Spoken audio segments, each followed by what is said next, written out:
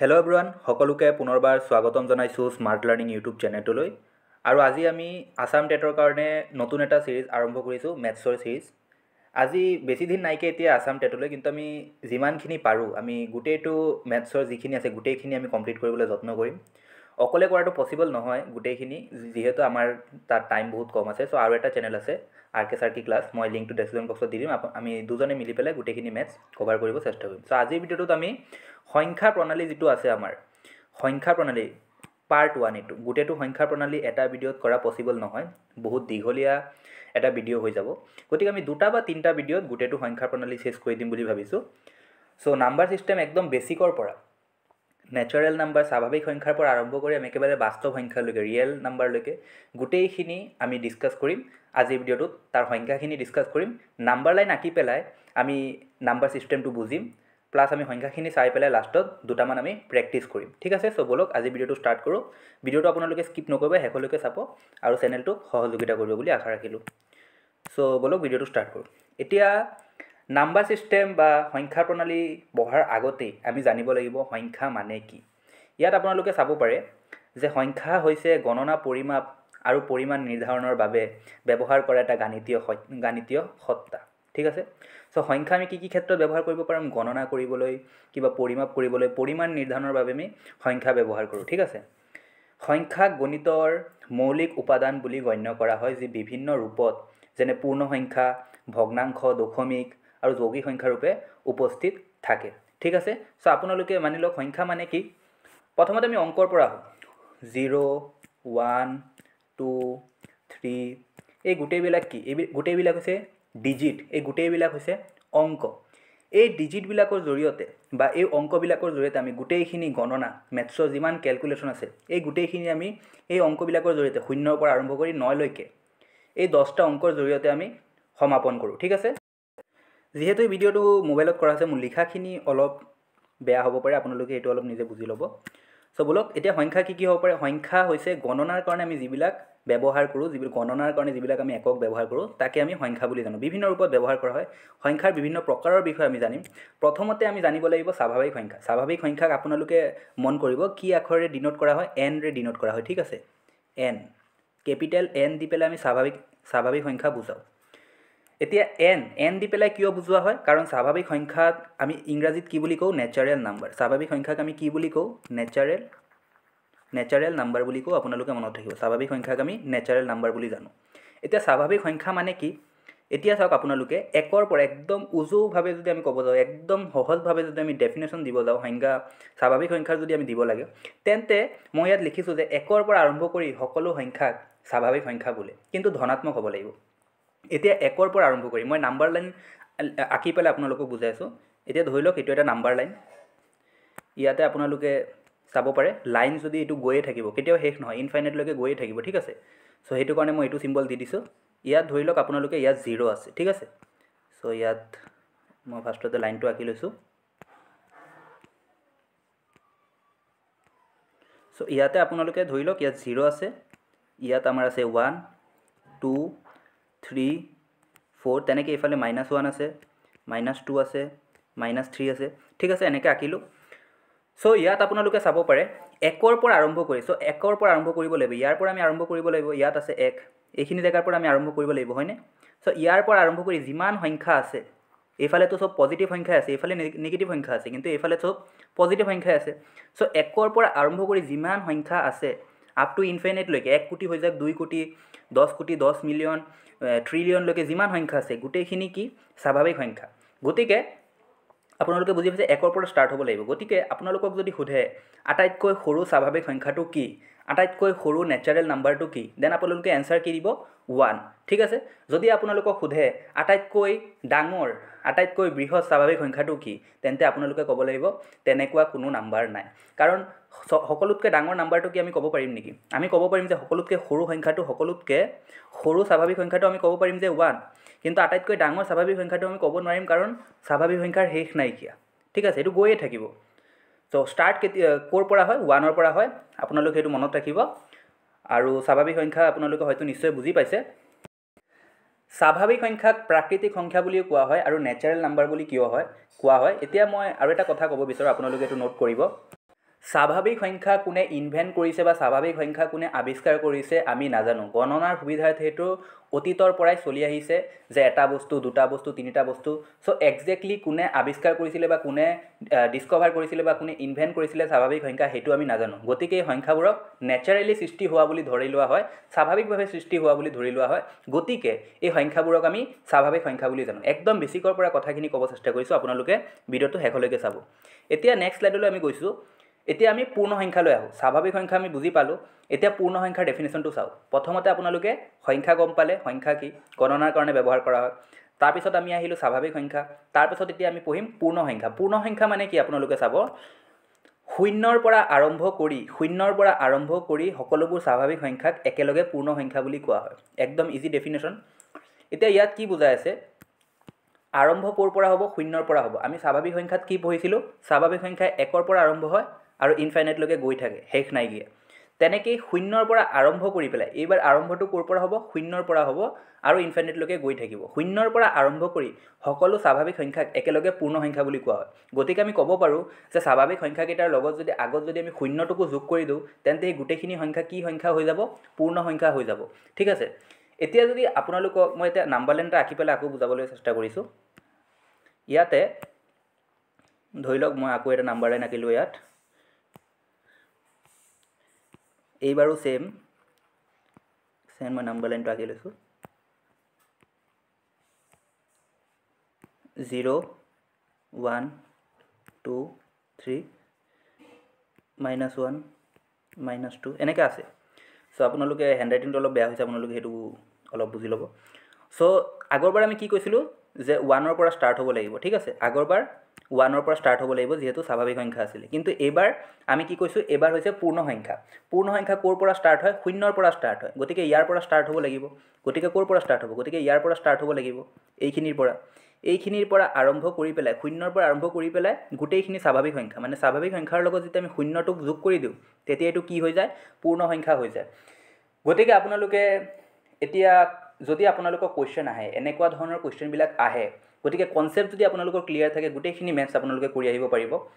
এতিয়া আপোনালোকক ধৰক ক'লে যে গোটেইখিনি পূৰ্ণ সংখ্যা কি স্বাভাৱিক সংখ্যা হয় নেকি, সকলো পূৰ্ণ সংখ্যা কি স্বাভাৱিক সংখ্যা হয় নেকি। চ' আপোনালোকে এনচাৰটো কি দিব, গোটেইখিনি পূৰ্ণ সংখ্যা স্বাভাৱিক সংখ্যা হয় নেকি।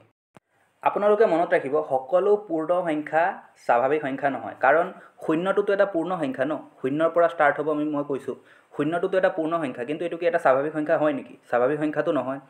স্বাভাৱিক সংখ্যা 1ৰ পৰা ষ্টাৰ্ট হয়, 1ৰ পৰা ষ্টাৰ্ট হ'ব স্বাভাৱিক সংখ্যা, কিন্তু শূন্যটোতো এটা পূৰ্ণ সংখ্যা হয়। গতিকে গোটেইকেইটা পূৰ্ণ সংখ্যা স্বাভাৱিক সংখ্যা নহয়। কিন্তু গোটেইবোৰ স্বাভাৱিক সংখ্যা পূৰ্ণ সংখ্যা হয় নে নহয় যদি আপোনালোকক সোধে, তেন্তে আপোনালোকে ক'ব লাগিব যে হয়, গোটেইবোৰ স্বাভাৱিক সংখ্যা পূৰ্ণ সংখ্যাৰ অন্তৰ্গত। কাৰণ শূন্যৰ পৰা আৰম্ভ কৰি সকলোবোৰ স্বাভাৱিক সংখ্যাক একেলগে পূৰ্ণ সংখ্যা বুলি কোৱা হয়, আৰু স্বাভাৱিক সংখ্যাও 1ৰ পৰা আৰম্ভ কৰি গোটেইবোৰ সংখ্যাক স্বাভাৱিক সংখ্যা বুলি কোৱা হয়। গতিকে পূৰ্ণ সংখ্যাৰ এই লাইনটোত গোটেইখিনি স্বাভাৱিক সংখ্যা ইনক্লুড হৈ যায়, কিন্তু গোটেইখিনি স্বাভাৱিক সংখ্যা ইনক্লুড কৰিলেও আমি শূন্যটোক ইনক্লুড কৰিব নোৱাৰোঁ। আশা কৰোঁ আপোনালোকে স্বাভাৱিক সংখ্যা আৰু পূৰ্ণ সংখ্যা ভালদৰে বুজি পাইছে। নেক্সট এতিয়া আমি আহোঁ অখণ্ড সংখ্যালৈ।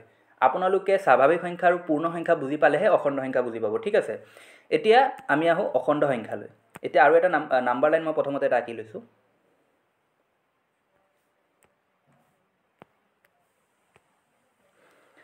চ' প্ৰথমতে মই ডেফিনেশ্যনটো পঢ়ি লৈছোঁ যে অখণ্ড সংখ্যা মানে কি, ধনাত্মক সংখ্যা, শূন্য আৰু ঋণাত্মক সংখ্যা সকলোকে একেলগে অখণ্ড সংখ্যা বুলি কোৱা হয়। এতিয়া আপোনালোকে চাওক, প্ৰথমতে মই 1ৰ পৰা ষ্টাৰ্ট কৰিছিলোঁ আৰু যিমান নাম্বাৰ আছে গোটেইখিনিক একেলগে কি বুলি কোৱা হয়, স্বাভাৱিক সংখ্যা বুলি কোৱা হয়। আৰু যদি আমি শূন্যক ইনক্লুড কৰি দিওঁ, তেতিয়া গোটেইখিনি সংখ্যা কি হৈ যায়, পূৰ্ণ সংখ্যা হৈ যায়। কিন্তু এইবাৰ ধৰি লওক ইয়াত মই 0 1 2 3 4 আছে, ধৰি লওক ইয়াত -1 -2 -3। আগৰ দুবাৰ আমি কি কৰিছিলোঁ, হয়তো অনলি পজিটিভখিনি এড কৰিছিলোঁ 1 2 3 4, তেন্তে আমাৰ স্বাভাৱিক সংখ্যা হৈ যায়, আৰু শূন্যটোক এড কৰিছিলোঁ যিটো নেকি নিউট্ৰেল হয়, না পজিটিভ না নিগেটিভ, তো গোটেইখিনি লগ হৈ পেলাই পূৰ্ণ সংখ্যা হৈ যায়। কিন্তু এতিয়া যদি আমি গোটেইখিনি একেলগে ইনক্লুড কৰিলোঁ, যিমানখিনি হ'ব পাৰে, এই নাম্বাৰ লাইনটো যিমানখিনি হ'ব পাৰে গোটেইখিনি যদি আমি একেলগে ইনক্লুড কৰি লওঁ, মাইনাছ লাগিলে ঋণাত্মকেই হওক, -3 -2 -1 0 1 2 3 4, মাইনাছো এইফালে শেষ নাইকিয়া, ইনফাইনাইটলৈকে আছে, নাম্বাৰ লাইন গৈয়ে থাকিব, আৰু প্লাছো শেষ নাইকিয়া গৈয়ে থাকিব। এই গোটেইটো নাম্বাৰ লাইনক যদি আমি এড কৰি লওঁ, গোটেইখিনি গোটা সংখ্যাক যদি আমি এড কৰি লওঁ, ঋণাত্মক শূন্য, এই ঋণাত্মক গোটেইখিনি শূন্যটুকু প্লাছ ধনাত্মক যিমান আছে ধনাত্মক গোটেইখিনি আমি যদি একেলগে কি বুলি কোৱা হয়, একেলগে অখণ্ড সংখ্যা বুলি কোৱা হয়। ঠিক আছে, আপোনালোকে হয়তো নিশ্চয় বুজি পাইছে। ধনাত্মক সংখ্যা, শূন্য আৰু ঋণাত্মক সংখ্যা এই সকলোকে একেলগে অখণ্ড সংখ্যা বুলি কোৱা হয়। এতিয়া ইয়াতে আৰু এটা কথা ক'ব পাহৰিছিলোঁ মই, ইয়াতে পূৰ্ণ সংখ্যাক ডাব্লিউৰে সূচোৱা হয়, হোল নাম্বাৰ ডাব্লিউৰে সূচোৱা হয়। ঠিক আছে, আৰু অখণ্ড সংখ্যাক আপোনালোকে ইণ্টেজাৰ বুলি ক'ব পাৰে, আই বা জেডেৰে সূচোৱা হয়। চ' ইয়াত মই আই লিখিছোঁ। অখণ্ড সংখ্যাক আই চিম্বলেৰে সূচোৱা হয়, নেচাৰেল নাম্বাৰক এন, আৰু পূৰ্ণ সংখ্যাক হোল নাম্বাৰ বুলি কোৱা হয়, ডাব্লিউৰে সূচোৱা হয়। ঠিক আছে, আশা কৰোঁ আপোনালোকে অখণ্ড সংখ্যা বুজি পাইছে। নেক্সট আমাৰ নাম্বাৰটো হৈছে পৰিমেয় সংখ্যা, যাক আমি ইংলিছত ৰেচনেল নাম্বাৰ বুলি কওঁ। ইয়াৰে আমাৰ সংজ্ঞাটো হৈছে যিবোৰ সংখ্যাক পি বাই কিউ আৰ্হিত লিখিব পাৰি, য'ত কিউ শূন্য হ'ব নোৱাৰিব, তাকে পৰিমেয় সংখ্যা বোলে। ইয়াত আপোনালোকে খেয়াল কৰিব, যিবোৰ সংখ্যাক পি বাই কিউ আৰ্হিত লিখিব পাৰি, পি বাই কিউ আৰ্হি মানে ইয়াত ধৰি লৈছোঁ মই এতিয়া নাম্বাৰ 3/5। ঠিক আছে, ইয়াত মই 3/5 লিখিছোঁ। এইটো আমি পি বুলি ধৰিব লাগিব, যিটো এইটো আমাৰ লব আছে, লবক আমি পি বুলি ধৰিব লাগিব, তলৰটোক হৰ বুলি কোৱা হয়, হৰক আমি কিউ বুলি ধৰিব লাগিব। ঠিক আছে, চ' ইয়াত আমাক কি কৈছে, Q not equal to 0, Q কেতিয়াও 0 হ'ব নোৱাৰিব। এই তলত 0 থাকিব নোৱাৰিব, তলত 5 আছে নহয়, ইয়াৰ তলত 5 আছে। ইয়াত যদি মই 0 লিখি দিওঁ, এইটো কেতিয়াও পৰিমেয় সংখ্যা নহ'ব, ইয়াত 0 থাকিব নোৱাৰিব। ঠিক আছে, চ' ইয়াত মই 5 লিখি দিলোঁ আকৌ, বা আপোনালোকে যিকোনো নাম্বাৰ লিখিব পাৰে। চ' কিউ নট ইজুকেল টু যদি 0 হয়, মানে যদি আমাৰ হৰটো যদি 0 হ'ব নোৱাৰিব, আৰু যদি আমি এনেকৈ ভগ্নাংশত লিখিব পাৰোঁ, পি বাই কিউ আৰ্হিত যদি আমি লিখিব পাৰোঁ, তাকেই আমি কি বুলি কওঁ, পৰিমেয় সংখ্যা বুলি কওঁ। এতিয়া আপোনালোকে ক'ব পাৰে যে অনলি ভগ্নাংশবিলাক, অনলি ফ্ৰেকশ্যনবিলাকে তেন্তে কি হ'ব, পৰিমেয় সংখ্যা হ'ব।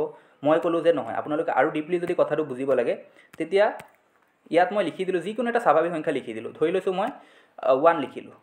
এতিয়া 1 এটা স্বাভাৱিক সংখ্যা, 1 এটা পূৰ্ণ সংখ্যাও হয়, আৰু 1 এটা অখণ্ড সংখ্যা হয়। কিন্তু 1 এটা পৰিমেয় সংখ্যা হয় নেকি? আপোনালোকে ক'ব ইয়াততো কিউ নাইয়ে কিয়া, ইয়াত তলততো একো নাই কিয়া, তলত কিবা এটা থাকিব লাগিব, ভগ্নাংশৰ ওপৰত থাকিলেহে, পি বাই কিউ ফৰ্মত থাকিলেহে আমি পৰিমেয় সংখ্যা বুলি কওঁ। কিন্তু আপোনালোকে হয়তো ক্লাছ 8-9 মানত এটা আপোনালোকে পাইছিলে এইটো ধাৰণা যে সকলো সংখ্যাৰ তলত এটা 1 আছে। কেনেকৈ 1 আছে? 1ক যদি মই 1ৰে ডিভাইড কৰোঁ, তেন্তে আমাৰ কি হ'ব, 1এইটো হ'ব এনচাৰটো। গতিকে সকলো নাম্বাৰৰ তলত এটা 1 থাকে, লাগিলে সেইটো 1 হওক, লাগিলে 2 হওক, লাগিলে 3 হওক, সকলো নাম্বাৰৰ তলত আৰু এটা 1 থাকে। কাৰণ যিকোনো সংখ্যাক আমি 1ৰে যদি ডিভাইড কৰোঁ, তেন্তে সেই নাম্বাৰটোৱে হ'ব। গতিকে আমি সকলোৰে তলত এটা 1 বহাব পাৰোঁ। গতিকে লাগিলে 1 হওক, এইটো লাগিলে আপোনাৰ ইয়াত এক ছেকেণ্ড,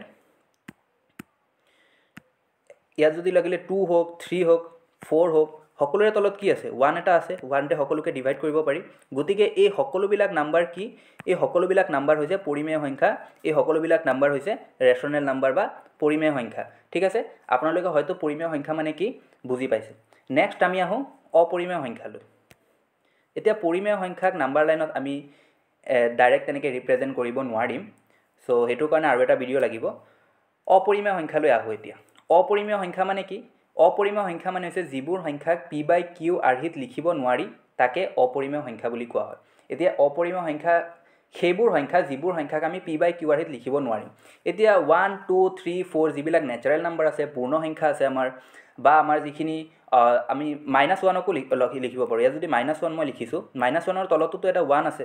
গতিকে এইটো এটা কি পৰিমেয় সংখ্যাই হ'ব। কিন্তু অপৰিমেয় সংখ্যা এইবিলাক যিবিলাক সংখ্যাক আমি পি বাই কিউ আৰ্হিত লিখিব নোৱাৰোঁ। যেনেকৈ কি হ'ব পাৰে, এতিয়া মই ধৰি লৈছোঁ ৰুট অভাৰ যদি 4 লওঁ মই, ৰুট অভাৰ 4ৰ ভেলু কিমান? ৰুট অভাৰ 4ৰ ভেলু হৈছে 2। গতিকে এইটো এটা পৰিমেয় সংখ্যা, এইটো এটা অপৰিমেয় সংখ্যা নহ'ব। কিন্তু যিবিলাকৰ ভেলু আমি গম নাপাওঁ, পইণ্টত ওলাই থাকিব, কেতিয়াও শেষ নহ'ব। ঠিক আছে, সেইবোৰ সংখ্যাক আমি অপৰিমেয় সংখ্যা বুলি ক'ব লাগিব। ধৰি লৈছোঁ এতিয়া root over 5, root over 5 2 point something হ'ব, 2 পইণ্ট চামথিং হ'ব, আমিতো একজেক্টলি ক'ব নোৱাৰিম যে কিমান হ'ব। ত' ৰুট অভাৰ 5 এটা অপৰিমেয় সংখ্যা। ৰুট অভাৰ 2ৰ ভেলু আপোনালোকে ক'ব পাৰিব নেকি? ৰুট অভাৰ 2ৰ ভেলু একজেক্ট ভেলু আপোনালোকে ক'ব পাৰিব নেকি? 1 পইণ্ট গৈয়ে থাকিব, 1 পইণ্ট চামথিং, তেনেকৈ গৈয়ে থাকিব। চ' সেইবিলাক নাম্বাৰক আমি অপৰিমেয় সংখ্যা বুলি কওঁ।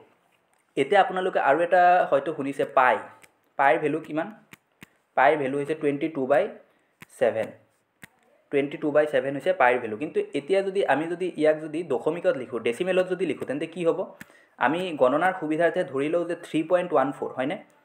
3.14 বুলি ধৰি লওঁ গণনাৰ সুবিধাতে পাইৰ ভেলুটো 3.14 বুলি ধৰি লওঁ কিন্তু পাইৰ যিটো একজেক্ট ভেলু আপোনালোকে কেলকুলেটৰত মাৰি পেলাই চাব 22/7 কৰিলে আপোনালোকৰ 3.14 পাছতো বহুত সংখ্যা থাকে গতিকে এই সংখ্যাবিলাক হৈছে অপৰিমেয় সংখ্যা ঠিক আছে সো আপোনালোকে এইখিনি মনত ৰাখিব আশা কৰোঁ আপোনালোকে গোটেইখিনি বুজি পাইছে তাৰ পাছতহে আমি যিটো আমাৰ নেক্সট ষ্টেপ আছে য'ত আমি আপোনালোকে চাব পাৰে বাস্তৱ সংখ্যা পৰিমেয় আৰু অপৰিমেয় সংখ্যা দুটা লগ লগাই পেলাই হয় ইয়াত মই আপোনালোকে চাব পাৰে পৰিমেয় আৰু অপৰিমেয় সংখ্যাক একেলগে বাস্তৱ সংখ্যা বুলি কোৱা হয় গতিকে আপোনালোকে ফাৰ্স্ট পৰিমেয় সংখ্যা কি সংখ্যা ইনক্লুড কৰে পৰিমেয় সংখ্যাই অপৰিমেয় সংখ্যাই কোনবিলাক সংখ্যাক ইনক্লুড কৰে তাৰ পাছত পৰিমেয় সংখ্যাৰ আগত আমি কি পাইছিলোঁ অখণ্ড সংখ্যাই মাইনাছক ইনক্লুড কৰে প্লাছকো ইনক্লুড কৰে শূন্যকো ইনক্লুড কৰে তাৰ পাছত আমাৰ শূন্যৰ পৰা আৰম্ভ কৰি আটাইবোৰ নেচাৰেল নাম্বাৰক আমি পূৰ্ণ সংখ্যা বুলি জানো আৰু একৰ পৰা আৰম্ভ কৰি সকলোবোৰ সংখ্যাক স্বাভাৱিক সংখ্যা বুলি কোৱা হয় এই গোটেইখিনি ধাৰণা থকাৰ পাছতহে আমি বাস্তৱ সংখ্যালৈ আহিব পাৰিম বাস্তৱ সংখ্যা মানে হৈছে সেই গোটেইবোৰ সংখ্যা যিমান সংখ্যা আছে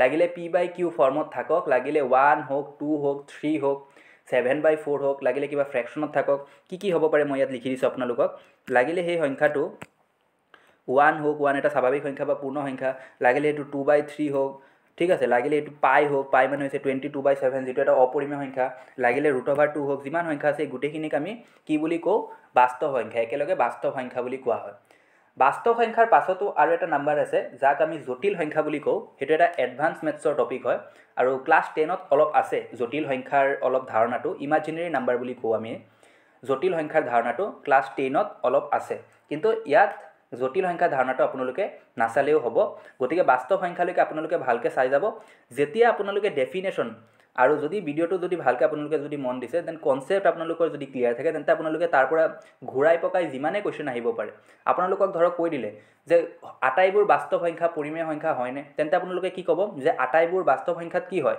পৰিমেয় সংখ্যা আৰু অপৰিমেয় সংখ্যা দুয়োটা ইনক্লুড হৈ থাকে তেন্তে আটাইবোৰ বাস্তৱ সংখ্যা পৰিমেয় সংখ্যা হ'ব নোৱাৰিব কিন্তু আটাইবোৰ পৰিমেয় সংখ্যা বাস্তৱ সংখ্যা হয়নে হয় আটাইবোৰ পৰিমেয় সংখ্যা ইয়াত আপোনালোকে মই সংহতি সেটস হিচাপে আপোনালোকক বুজাই দিছোঁ ধৰি লওক এইটো গোটেইখিনি পৰিমেয় সংখ্যা ঠিক আছে এই গোটেইখিনি হৈছে পৰিমেয় সংখ্যা আৰু এইখিনি হৈছে অপৰিমেয় সংখ্যা আৰু পৰিমেয় আৰু অপৰিমেয় মিলাই পেলাই কি হয় বাস্তৱ সংখ্যা হয় ৰিয়েল নাম্বাৰছ হয় এইটো হৈছে বাস্তৱ সংখ্যাৰ গুণটো এইটো হৈছে পৰিমেয় সংখ্যা আৰু এইটো হৈছে অপৰিমেয় সংখ্যা এতিয়া আপোনাক সুধিলে যে আটাইবোৰ বাস্তৱ সংখ্যা কি পৰিমেয় সংখ্যা হয় নেকি আপোনালোকে ক'ব যে আটাইবোৰ বাস্তৱ সংখ্যা পৰিমেয় সংখ্যা নহয় কাৰণ বাস্তৱ সংখ্যাৰ গুণটোত এই সংখ্যাবিলাকতো আছে অপৰিমেয় সংখ্যাওতো আছে কিন্তু পৰিমেয় সংখ্যাটো ইমানখিনিয়ে গতিকে আটাইবোৰ বাস্তৱ সংখ্যা পৰিমেয় সংখ্যা নহয় কিন্তু আপোনালোকক যদি সোধে আটাইবোৰ পৰিমেয় সংখ্যা কি বাস্তৱ সংখ্যা হয় নেকি এই পৰিমেয় সংখ্যাখিনি গোটেইখিনি কি বাস্তৱ সংখ্যা হয় নেকি আপোনালোকে ক'ব লাগিব হয় এই গোটেইখিনি পৰিমেয় সংখ্যাৰ গুণটোতো বাস্তৱ সংখ্যাৰ ভিতৰতেই আছে গতিকে আটাইবোৰ পৰিমেয় সংখ্যা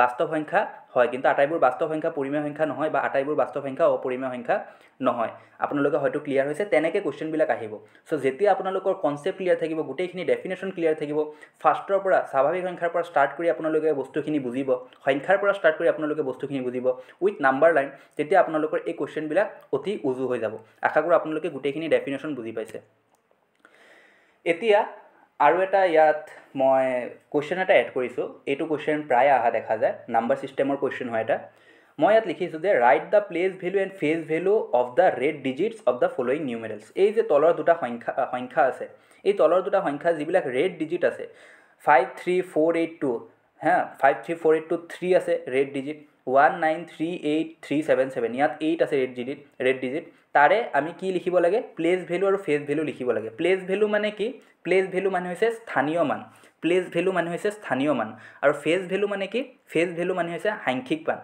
আপোনালোকে মনত ৰাখিব মই প্ৰথমতে লিখি দিছোঁ ফেজ ভেলু ঠিক আছে প্ৰথমতে মই ফেজ ভেলু বুলি লিখিছোঁ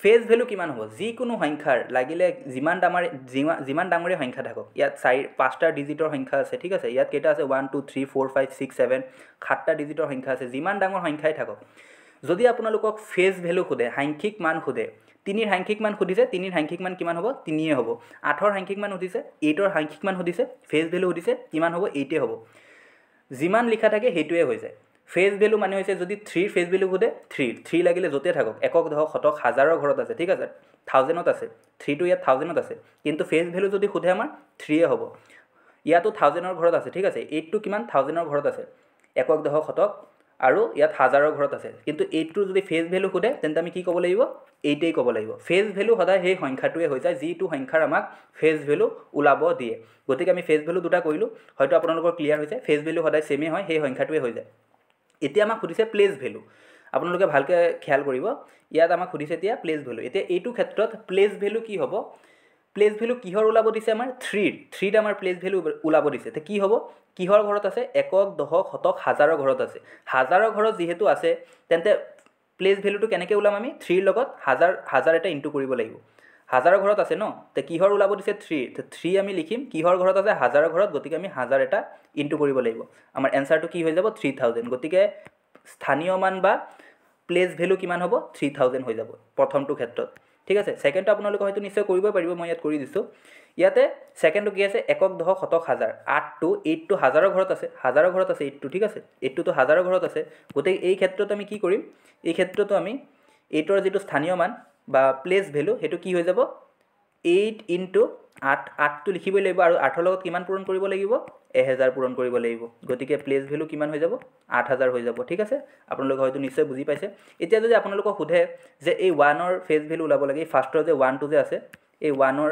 প্লেস ভেলু ওলাব লাগে তেন্তে আপোনালোকে কেনেকৈ ওলাব 1ৰ প্লেস ভেলুটো ইয়াতে 1 লিখিব লাগিব যেহেতু 1ৰ প্লেস ভেলু ওলাব লাগিব ইনটু একক দশক শতক হাজাৰ অযুত লাখ নিযুত গতিকে আমি 1 2 3 4 5 6 ঠিক আছে সো আমি 6টা ইনটু কৰিব লাগিব হেতুৱে আমাৰ হৈ যাব প্লেস ভেলু আপোনালোকে হয়তো নিশ্চয় বুজি পাইছে ইয়াতে যদি আমাক যদি সোধে যে এইটোৰ পৰা এই সংখ্যাটোৰ পৰা 2ৰ প্লেস ভেলু ওলাব লাগে তেন্তে 2ৰ প্লেস ভেলু কি হ'ব 2 ইনটু কিমান হ'ব এককৰ ঘৰত আছে 1 এটা ইনটু হ'ব 2 ইয়াত যদি আমালোকক সোধে 8ৰ প্লেস ভেলু ওলাব লাগে 8ৰ প্লেস ভেলু ওলাব লাগে তেন্তে 8 টো কিহৰ ঘৰত আছে দশকৰ ঘৰত আছে তে 8 * 10 = 80 আপোনালোকে হয়তো নিশ্চয় বুজি পাইছে প্লেস ভেলু আৰু প্লেস ভেলু প্ৰায় আহা দেখা যায় এক্সামত আপোনালোকে এই দুটা লৈ পেলে কনফিউজন নকৰিব ঠিক আছে নেক্সট হৈছে ইয়াত মই ইনক্লুড কৰিছো যে place the commas in the following numbers according to the Indian and international number system ভাৰতীয় পদ্ধতি আৰু আন্তৰ্জাতিক পদ্ধতি অনুসৰি এই নাম্বাৰ বিলাকত আমি কমা বহাব লাগে এতিয়া আপোনালোকে এটো আহি যাব পাৰে ঠিক আছে এক্সামত সো আপোনালোকে এটো ভালকে খেয়াল কৰিব মই ইয়াত লিখি দিছো প্ৰথম নাম্বাৰটো মই ইয়াত লিখি লৈছো প্ৰথম নাম্বাৰটো কি আছে ইয়াত 1 3 7 3 7 7 2 0 ঠিক আছে এটোটো আছে যদি আমালোকক কয় যে ভাৰতীয় নাম্বাৰ সিস্টেমত কমা ব্যৱহাৰ কৰিব লাগে আপোনালোকে একদম ইজিলি বাও পিনৰ পৰা আহিব প্ৰথমতে তিনটাত এটা কমা দিব তাৰ পিছত দুটাকে কমা দি যাব ঠিক আছে ইয়াত দুটাত কমা দিলো ইয়াত দুটাত কমা দিলো তেনেকৈ কমা দিব প্ৰথমতে কি কৰিব আপোনালোকে মাকো কৈছো ভাৰতীয় নাম্বাৰ প্ৰণালী যেতিয়া আমালোকক কমা দিব দিয়ে প্ৰথমতে তিনটা নাম্বাৰত কমা দিব ইয়াত তিনটা নাম্বাৰ ৰাখিছো ন এটা 7 2 আৰু 0 তিনটা নাম্বাৰ ৰাখিছো তাৰ পিছৰ পৰা দুটা নাম্বাৰ পিছত কমা দি যাব ঠিক আছে এইটো হৈছে ভাৰতীয় পদ্ধতি অনুসৰি এইটোৱে যদি আমি যদি ইন্টাৰনেশনাল পদ্ধতি কৰিব লাগে আকৌ মই নাম্বাৰটো লিখি লৈছো ইয়াত কি আছিল 1 3 7 3 7 7 2 0 সো এটো ইন্টাৰনেশনাল যদি দিব লাগে আমি আপোনালোকে তিনটা ঘৰ পাছত কমা দিব লাগিব ইয়াত এটা তিনটা ঘৰ পাছত কমা দিব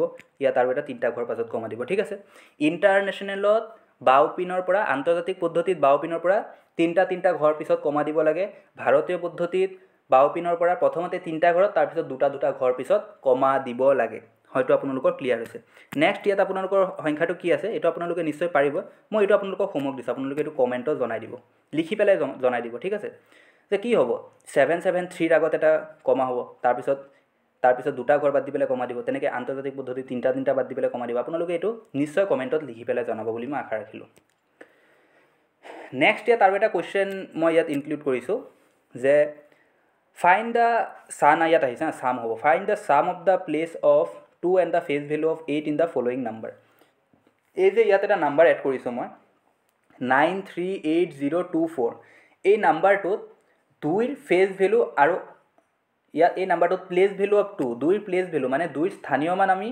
aru 8 or face value 8 or সাংখ্যিক মানৰ যোগফল আমি উলাব লাগে এতিয়া প্ৰথমতে 8 or 2 এ উলাইলো फेज भैलू माने आमी कि কৈছিলো যিকোনো নাম্বাৰৰ फेज भैलू সাংখ্যিক মান কি হয় সেই নাম্বাৰটোৱে হয় তেন্তে আমি 8 লিখিলো প্লাস সাম কৰিব দিছে যোগ কৰিব দিছে 2 ৰ প্লেস ভ্যালু ওলাব দিছে 8 ৰ फेज ভ্যালু তো সেম সেই সংখ্যাটোৱে হ'ব আমি প্লাস দিলো 2 ৰ প্লেস ভ্যালু ওলাব দিছে প্লেস ভ্যালু একক দশক 2 টো দশকৰ ঘৰত আছে তে প্লেস ভ্যালু কিমান হ'ব 2 * 10 হৈ যাব তে 2 × 10 কৰিলে কিমান হয় 2 × 10 কৰিলে 20 + 8 কৰিলে 28 আপোনালোকে হয়তো নিশ্চয় বুজি পাইছে ঠিক আছে নেক্সট এতিয়া ইম্পৰ্টেণ্ট কিছুমান ফৰ্মুলা এই ফৰ্মুলাবিলাক যদি আপোনালোকক ফটো লাগে আপোনালোকে মোৰ টেলিগ্ৰাম চেনেলত জয়েন হ'ব পাৰে মই তাত ফটোখিনি দি দিম গোটেইখিনি ফৰ্মুলাৰ ফটো দি দিম ইয়াতো ক্লাছত বুজামেই প্লাছ ইয়াত ক্লাছত মই টেলিগ্ৰাম চেনেলতো আপলোড কৰি দিম আপোনালোকে লিংকটো মই ডেছক্ৰিপশ্যন বক্সত মই দি দিম তাৰ পৰা জয়েন হৈ ল'ব পাৰে ঠিক আছে সো ইয়াতে প্ৰথম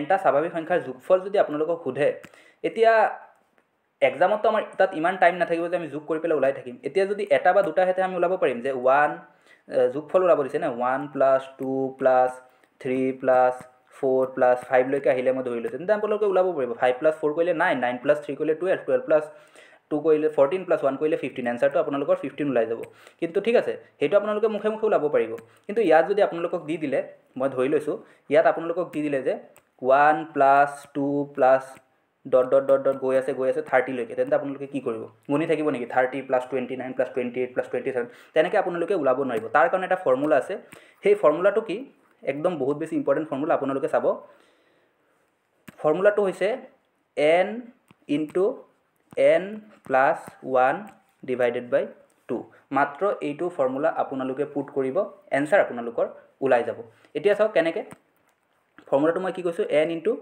n + 1/2 এতিয়া 1 ৰ পৰা 30 লৈকে ধৰক আছে 1 ৰ পৰা 30 লৈকে আছে আমি যোগফল ওলাব লাগে তেন্তে সংখ্যা কেইটা আছে 30টা থাকিব তে আমি কি লিখিম 30 n ৰ ঠাইত আমি 30 লিখিব লাগিব কাৰণ সংখ্যা আমাৰ 30টা আছে 1 ৰ পৰা 30 লৈকে আমাৰ যোগফল ওলাব দিছে 30 * 30 + 1 / 2 ঠিক আছে সো আপোনালোকৰ কেনেকৈ হ'ব এনসাৰটো তাৰ পাছত মই সৰুকৈ লিখিব লাগিব অলপ এক সেকেন্ড নহলে জায়গা নহ'ব 30 * 30 + 1 / 2 তাৰ পাছত 30 * 30 + 1 মানে কি 30 * 31 / 2 ঠিক আছে তো তাৰ পাছত 2 দি পেলাই মই যদি কেনসেল কৰোঁ 1 টাইমছ 2 দি পেলাই 15 টাইমছ তাৰ পাছত 15 * 31 কৰিব আপোনালোকৰ এনসাৰটো ওলাই যাব ঠিক আছে নেক্সট এতিয়া হৈছে প্ৰথম nটা অযুগ্ম সংখ্যাৰ যোগফল এতিয়া অযুগ্ম সংখ্যাৰ যোগফল যদি আপোনালোকক ওলাব আহে ধৰি লৈছোঁ আপোনালোকে এইবাৰ এনেকৈ দিছে যে 1 + 3 + 5 + 7 তেনেকৈ আছে সো আপোনালোকে সৰু থাকিলেতো ওলাব পাৰিব 5 + 7 কৰিলে 12 12 + 3 কৰিলে 15 + 1 কৰিলে 16 আপোনালোকে নো ডাউট ওলাব পাৰিব কিন্তু ইয়াত যদি আপোনালোকক সোধে যে মই ইয়াত চাব যে 1 + 3 + 5 আপ টু গৈ আছে 30টা নাম্বাৰ আছে টোটেল ঠিক আছে টোটেল নাম্বাৰ কেইটা আছে 30টা আছে বুলি আমাক লিখি দিলে সো আমি এইটো কেনেকৈ ওলাম 30টা যদি থাকে ইমান ডাঙৰ 30টা যদি থাকে টোটেল তেন্তে 1 + 3 + 5 + বহুত ডাঙৰ হৈ যাব সো 30টা নাম্বাৰ যদি আছে 30 টাৰ্মলৈকে যদি আছে আমাক যদি কৈ দিয়ে তেন্তে আমি সেইটো যদি ওলাব লাগে তেন্তে আমি কি কৰিম ডাইৰেক্ট আপোনালোকে যেটা নাম্বাৰ আছে সেইটা নাম্বাৰ স্কয়াৰ কৰি দিব 30 স্কয়াৰ কৰিলে 900 ঠিক আছে ধৰি লওক এতিয়া মই সৰু এক্সাম্পলেৰে বুজাইছোঁ মই প্ৰথমতে কি লিখিছিলোঁ এইটো ভালকৈ মন কৰিব আপোনালোকে নহলে এক্সামত আমি যিমান টাইম বচাব পাৰোঁ আমাৰ বেনিফিট 1 + 3 + 5 + 7 কৰিছিলোঁ ঠিক আছে ইয়াত নাম্বাৰ কেইটা আছে এটা দুটা তিনিটা চাৰিটা সো যেটা নাম্বাৰ থাকে সেইটা নাম্বাৰৰ আমি স্কয়াৰ কৰি দিব লাগে এতিয়া কেইটা নাম্বাৰ আছে চাৰিটা নাম্বাৰ আছে আমি 4 স্কয়াৰ কৰি দিম 4 স্কয়াৰ কৰিলে 16 হ'ব আপোনালোকে প্লাস কৰি চাওক 1 + 3 কৰিলে 5 5 + 5 কৰিলে 1 + 3 কৰিলে 4 4 + 5 কৰিলে 9 9 + 7 কৰিলে কিমান 16 সো এনসাৰ 16 4 স্কয়াৰ কৰিলে চাৰিটা নাম্বাৰ আছে 4 স্কয়াৰ কৰিলে 16 ওলাল গোটেইকেইটা প্লাস কৰিলে 16 ওলাল সো তেনেকৈ আপোনালোকক যদি 30টা যদি নাম্বাৰ থাকে সো 30 স্কয়াৰ কৰি দিব যদি 40টা নাম্বাৰ থাকে 40 স্কয়াৰ কৰি দিব 1600 ওলাই যাব যদি 100টা নাম্বাৰ থাকে 100 স্কয়াৰ কৰি দিব 10000 ওলাই যাব সময় ৰাহি হ'ল নে নাই নহলে আপোনালোকে প্লাস কৰি থাকিলে কিমান টাইম লাগিব সেইখিনি শৰ্ট ফৰ্ম আপোনালোকে মনত ৰাখিব ফৰ্মুলাটো আকৌ লিখি দিছোঁ n স্কয়াৰ হয় ফৰ্মুলাটো ঠিক আছে আৰু আগৰটোৰ ক্ষেত্ৰত ফৰ্মুলাটো কি হয় আগৰটোৰ ক্ষেত্ৰত ফৰ্মুলাটো হৈ যায় n * n + 1 / 2 নেক্সট হৈছে এতিয়া প্ৰথম nটা যুগ্ম সংখ্যাৰ যোগফল যুগ্ম সংখ্যাৰ যদি যোগফল ওলাব দিয়ে ধৰক আপোনালোকে যুগ্ম সংখ্যাটো 1 ৰ পৰা ষ্টাৰ্ট নহ'ব এবাৰ 2 + 4 + 6 + 8 তেনেকৈ আছে আপোনালোকে গোটেইখিনি যোগফল ওলাব লাগে এই ক্ষেত্ৰত আপোনালোকে কি কৰিব যে সৰু থাকিলে আপোনালোকে ওলাব পাৰিব সেম এগেইন কিন্তু আপোনালোকৰ যদি ডাঙৰ সংখ্যা থাকে আপোনালোকে কেনেকৈ ওলাব তাৰ বাবে যিটো ফৰ্মুলা সেই ফৰ্মুলাটো হৈছে আপোনালোকে খেয়াল কৰিব প্ৰথম আমি যেতিয়া খালি 1 + 2 + 3 গোটেইখিনি সংখ্যা যদি আমি যদি প্লাছ কৰিব লাগে তেন্তে n × n + 1 / 2, কিন্তু যদি যুগ্ম সংখ্যাটো ওলাব লাগে আপোনালোকে ডাইৰেক্ট এইটো সংখ্যা এইটো আপোনালোকে পুট কৰি দিব n × n + 1 n × n + 1 আপোনালোকে যেতিয়া কৰিব তেতিয়া আপোনালোকৰ যিমানটা যুগ্ম সংখ্যা দিয়া থাকিব এই গোটেইকেইটা যুগ্ম সংখ্যাৰ যোগফলটো আপোনালোকৰ ওলাই যাব। ধৰি লওক মই ইয়াত মই লিখিছোঁ 2 + 4 + গোটেইখিনি যুগ্ম সংখ্যা যিহেতু 6 + 8 ইয়াত আপোনালোকে চাব পাৰে কেইটা যুগ্ম সংখ্যা আছে এগেইন এটা দুটা তিনিটা চাৰিটা যুগ্ম সংখ্যা আছে গতিকে আমাৰ ফৰ্মুলাটো কি আছিলে n × n + 1 চাৰিটা আছে গতিকে 4 × 4 + 1 ঠিক আছে সো 4 × 4 + 1 কৰিলে কিমান 4 × 5 4 + 1 কৰিলে 20 হ'ব আমাৰ আনসাৰ আপোনালোকে গণি চাওক 2 + 4 কৰিলে কিমান 6 6 + 6 কৰিলে কিমান 12 12 + 8 কৰিলে কিমান 20 সো আপোনালোকৰ এই ক্ষেত্ৰত ফৰ্মুলাটো কি হৈ যাব এই ক্ষেত্ৰত আপোনালোকৰ ফৰ্মুলাটো হৈ যাব যদি যুগ্ম সংখ্যা আপোনালোকক ওলাব দিয়ে তেন্তে ফৰ্মুলাটো আপোনাৰ হৈ যাব n × n + 1 যদি আপোনালোকক কয় এই ক্ষেত্ৰত যে একৰ যুগ্ম সংখ্যা 30টা পদলৈকে আছে আপোনালোকে ওলাব লাগে 2 + 4 + ... 30 টাৰ্মলৈকে আছে 30 টাৰ্মলৈকে আছে ধৰি লৈছোঁ গতিকে আপোনালোকে এই ক্ষেত্ৰত কেনেকৈ ওলাব এই ক্ষেত্ৰত আপোনালোকে ওলাবলৈ কি কৰিব লাগিব n × n + 1 30টা আছে গতিকে 30 × 30 + 1 30 × 30 + 1 কৰিলে কিমান হ'ব 30 × 31 গতিকে 930 হৈ যাব আপোনালোকৰ 930 হৈ যাব আপোনালোকৰ এনসাৰ আশা কৰোঁ আপোনালোকে বুজি পাইছে ঠিক আছে তো ইয়াত ফৰ্মুলাটো মই আকৌ লিখি দিছোঁ ফৰ্মুলাটো আছিলে কিমান n × n + 1 ঠিক আছে সো আজিৰ ভিডিঅ'টো ইমানেই আপোনালোকৰ ভিডিঅ'টো কেনেকুৱা লাগিছে জনাব যদি ভিডিঅ'টো ভাল লাগিছে আমাৰ যদি চেষ্টাখিনি ভাল লাগিছে পাৰ্ট 2 অতি সোনকালে আমি আনিব যত্ন কৰিম গোটেইটো এতিয়ালৈকে শেষ হোৱা নাই নাম্বাৰ সিস্টেম সো আপোনালোকৰ ভিডিঅ'টো কেনেকুৱা লাগিছে জনাব যদি ভিডিঅ'টো ভাল লাগিছে ভিডিঅ'টো লাইক কৰিব আকৌ যদি নতুন কি টপিকত আপোনালোকৰ মেথছ লাগে মইতো নাম্বাৰ সিস্টেমৰ যিটো সেকেন্ড পাৰ্ট আছে সেইটো কালি আপলোড কৰিম তাৰ উপৰি আপোনালোকৰ কোনটো বেছি ইম্পৰ্টেন্ট বুলি আপোনালোকে ভাবে সেইটো আপোনালোকে জনাব সেইটো বিষয়ত আমি অতি সোনকালে ভিডিঅ' আনিব যত্ন কৰিম সো আজি ভিডিঅ'টো ইমানেই ভিডিঅ'টো কেনেকুৱা লাগিছে জনাব যদি ভিডিঅ'টো ভাল লাগিছে ভিডিঅ'টো লাইক কৰিব চেনেলটো সাবস্ক্ৰাইব কৰিব থ্যাংক ইউ